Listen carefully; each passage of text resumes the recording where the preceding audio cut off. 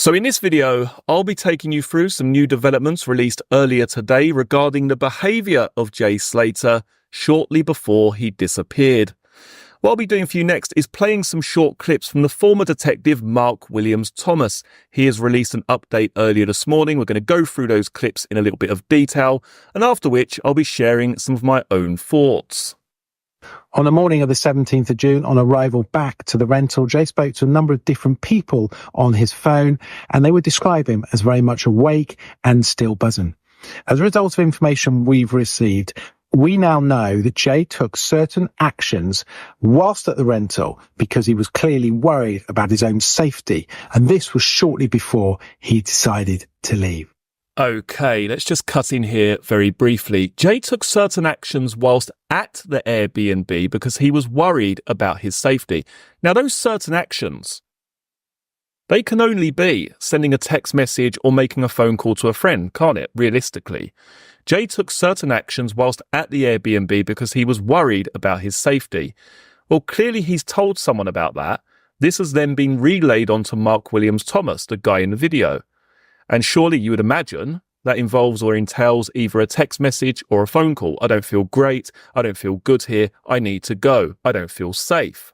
We've still not found evidence of a third-party criminal involvement in Jay's disappearance. So on one hand, we have the possibility that this individual was fearful. He was scared for his safety. But on the other hand, on the flip side of that, there's nothing at this stage to suggest third-party criminality or third-party involvement. So what does that leave us with? Does that leave us with the suggestion or the possibility that Jay was simply a little bit worse for wear? That he was paranoid? That he was still under the influence somehow of the drink and drugs from the evening before? He wandered off, he took a wrong turn, he cut across open land.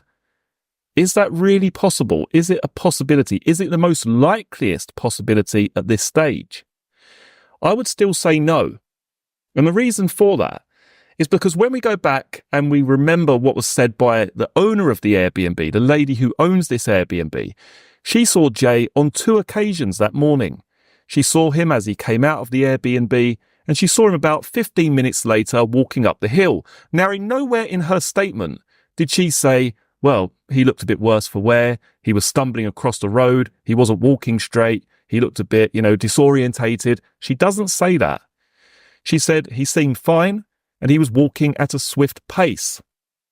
We also need to factor in, quite clearly, the 2 conversations that Jay had that morning with his 2 friends, people who knew this individual. Not one of them, as in Lucy and Brad, neither of those individuals said, well, he wasn't quite right, he wasn't himself, he was chatting a load of rubbish, he was paranoid, he was saying all this, that and the other. None of them said that. None of them said he was completely disorientated, that he was completely off his head. None of them said that. One of them said they had a fairly jovial, light-hearted conversation. They were laughing about stuff. The other person said he was thirsty and he tripped over a cactus.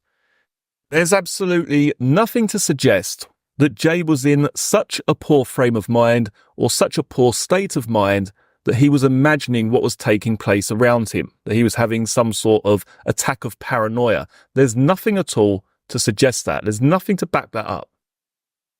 As I said in yesterday's video, the important thing here is where Jay went and why he chose that direction.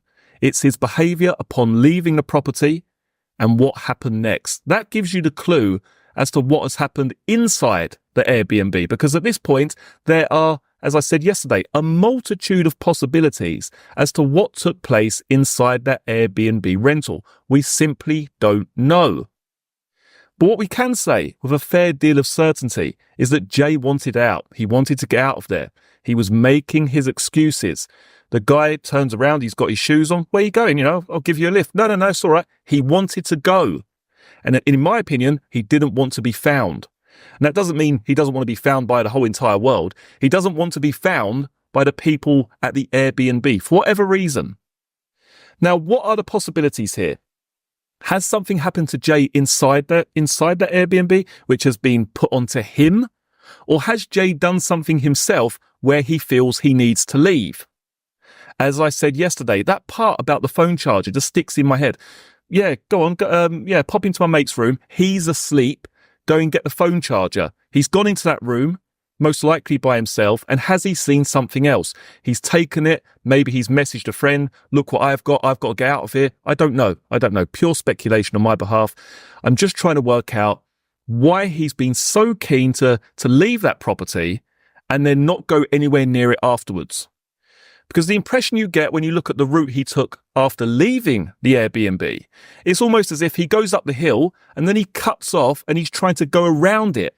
He doesn't want to go back down the hill past the Airbnb. That's my own interpretation. That he's gone up the hill and he thinks, right, I'm not getting anywhere up here. I'm going to cut across. I'm going to go around it. He doesn't want to go back there. Remember the phone call. Just go back there. Just go back to the Airbnb. I can't go back there. He could have gone back there. He just turned around and walked back down the hill. He didn't want to be seen by those two individuals. And we need to ask the question, why? Why was he so keen to stay away from that place? Is it because, as I say, he did something himself? He's taken something, and at that point, you're committed to that course of action. You can't go back 30 minutes later and say, oh, I'm sorry, mate, this was in my pocket. You can't do that, can you? Or is it something which took place that happened to him inside that place, inside that Airbnb, which facilitated his desire to leave? I've got to get out of here. I'm not comfortable. I want to get out. And I guess it all depends really, doesn't it, on the content of those messages. One of my concerns with this case, though, is that there is so much noise about this happened, that happened, this happened 2 weeks earlier, this person's involved, this person's done this person's done that.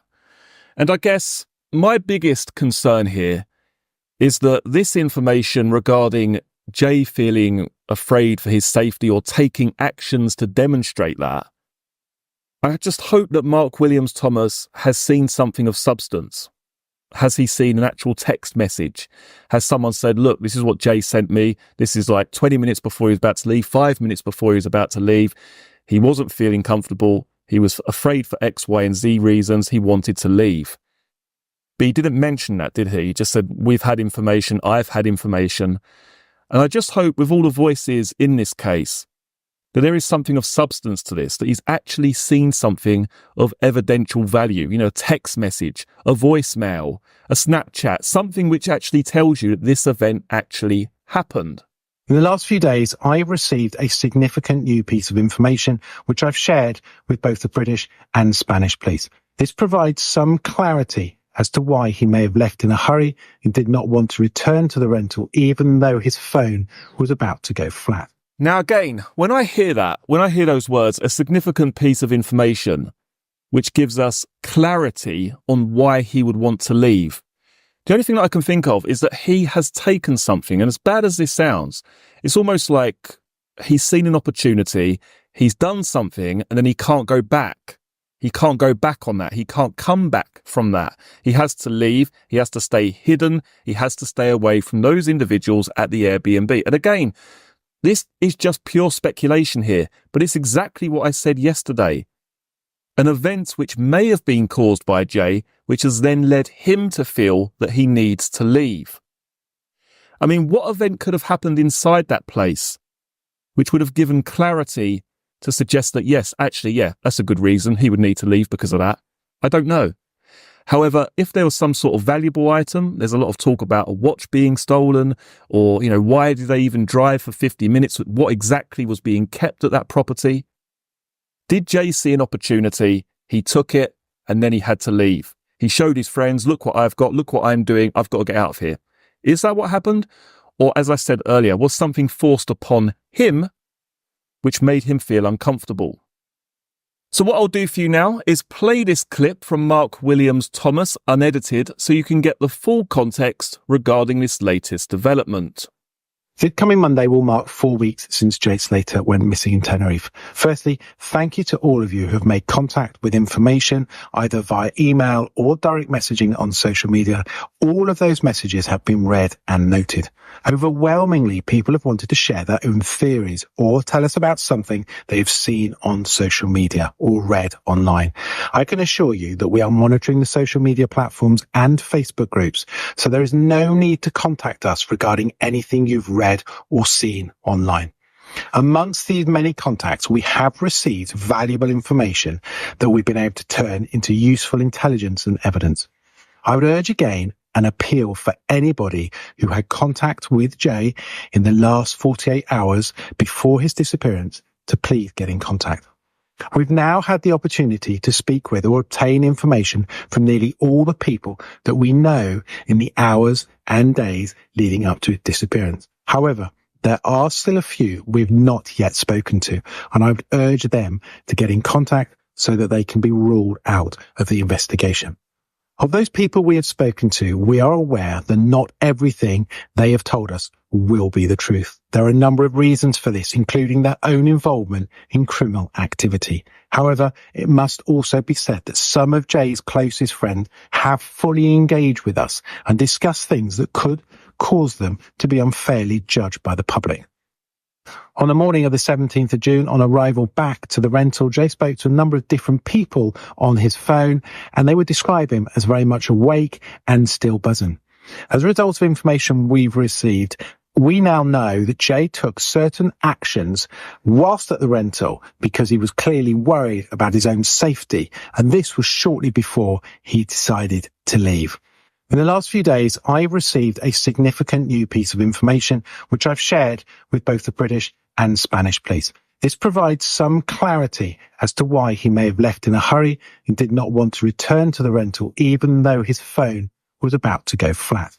I know the internet is awash with theories. Some are massively wild speculation. Others have elements of the truth, but overwhelmingly, many are just made up.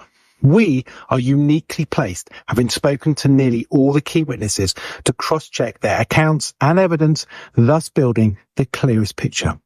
We know that Jay was on his phone and alone at 08:50 on Monday the 17th of June, walking on a track just off the main road, about 30 minutes walk from the apartment. It was a cold, damp morning, only 18 degrees, with a high of that day only reaching 20.